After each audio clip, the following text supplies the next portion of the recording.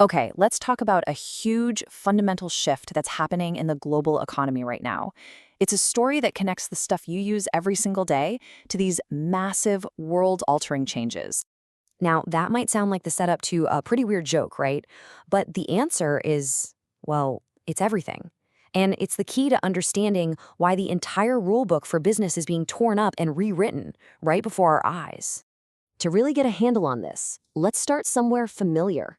Let's look at two industries we all know, both of which are in the fight of their lives at this very moment.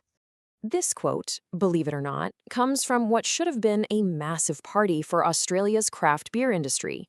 But instead of a celebration, the mood was, well, it was more like a collective hangover, a perfect symbol of a crisis that's been bubbling just beneath the surface. And you know what? It's the exact same story for automakers.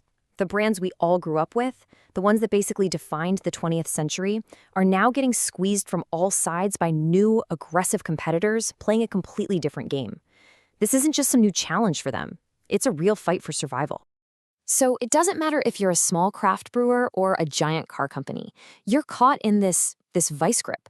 On one side, costs are going up, and you're weighed down by old ways of doing things. And on the other, your customers are changing, and new challengers are everywhere. But here's the thing. These are just the symptoms. The real cause is a massive tectonic shift happening under the surface of the entire global economy. So what is actually causing all this disruption?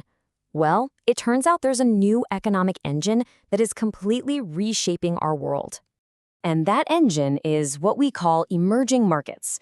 The best way to think about it is like an economy hitting its teenage growth spurt, right? You've got all this crazy energy, tons of rapid change, and just massive, massive potential. But yeah, just like a teenager, you're going to get some moodiness, a little bit of volatility along the way. I mean, think about it. A developed economy, like in the US or Europe, would be absolutely thrilled with 2% growth. But in an emerging market, we're talking 7%, maybe more. That huge gap in growth potential is exactly why global companies are pouring resources into these places. It's where the future is literally being built. And get this, a staggering 85% of every single person on this planet lives in an emerging market. That's over 6.5 billion people. So this isn't some niche side topic. We are talking about the vast majority of the world's population. For the last decade, these nations have been the driving force behind 60% of all of the world's economic growth. Let that sink in. They aren't just part of the global economy anymore. They are the main engine pushing the entire thing forward. So this new reality means the old way of doing business is, well, it's officially dead. To survive, let alone thrive, companies need a completely new playbook. This new playbook, it all starts with a huge shift in mindset. The old model was simple. How can we sell our stuff over there? The new winning playbook asks a totally different question. What problem can we solve here? It's a total pivot from just pushing products to finding a genuine unmet need. So how do you actually do that? It really comes down to three core plays. First, you have to adopt. You can't just parachute a Western product into a new market and expect it to work. Second, you partner up. Find local experts. Seriously, it's like getting a cheat code to instantly build trust. And third, you have to innovate your entire business model. Think about a streaming service creating super affordable mobile-only plans for a market where laptops aren't common. That's the kind of innovation we're talking about. And hey, this isn't just some business school theory. Let's circle all the way back to those struggling breweries. The ones that are actually surviving, they're using this exact playbook. They stopped trying to be on every single shelf and instead poured all their energy back into their local community. They solved a local problem. The future, it seems, is hyper-local. Okay, so you've got the new playbook, you're ready to go, but of course, it's not that simple.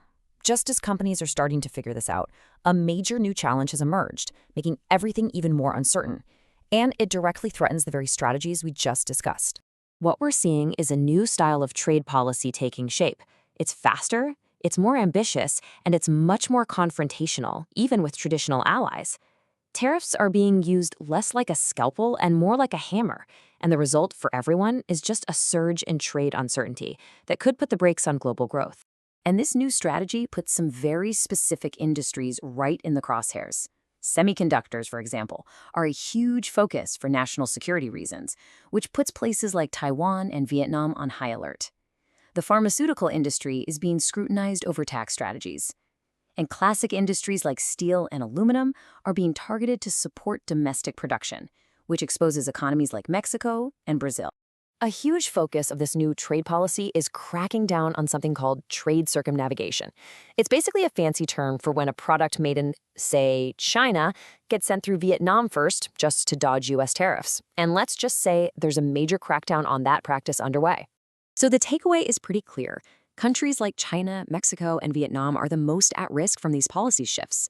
And this uncertainty directly attacks that partner strategy we were just talking about, forcing companies to constantly reevaluate who they work with. Meanwhile, economies with large domestic markets of their own, like Brazil, India, and Indonesia, they seem to be a bit more insulated from the storm. So, after all that, what does all this really mean for you? Why should you care? You know, this quote right here really gets to the heart of it. For decades, the developed world looked at these markets and only saw what was missing. The biggest shift now is realizing they are no longer problems to be solved.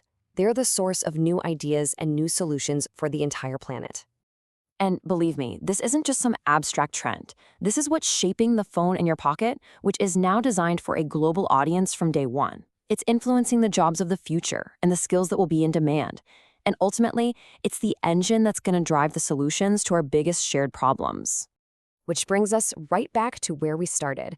The beer aisle, the car dealership, they're more than just a collection of products anymore. They are ecosystems, battlegrounds really, where giant corporations, local businesses, and new global players are all fighting to survive in this new world. So the next time you choose, it's worth asking yourself, what kind of world am I buying into?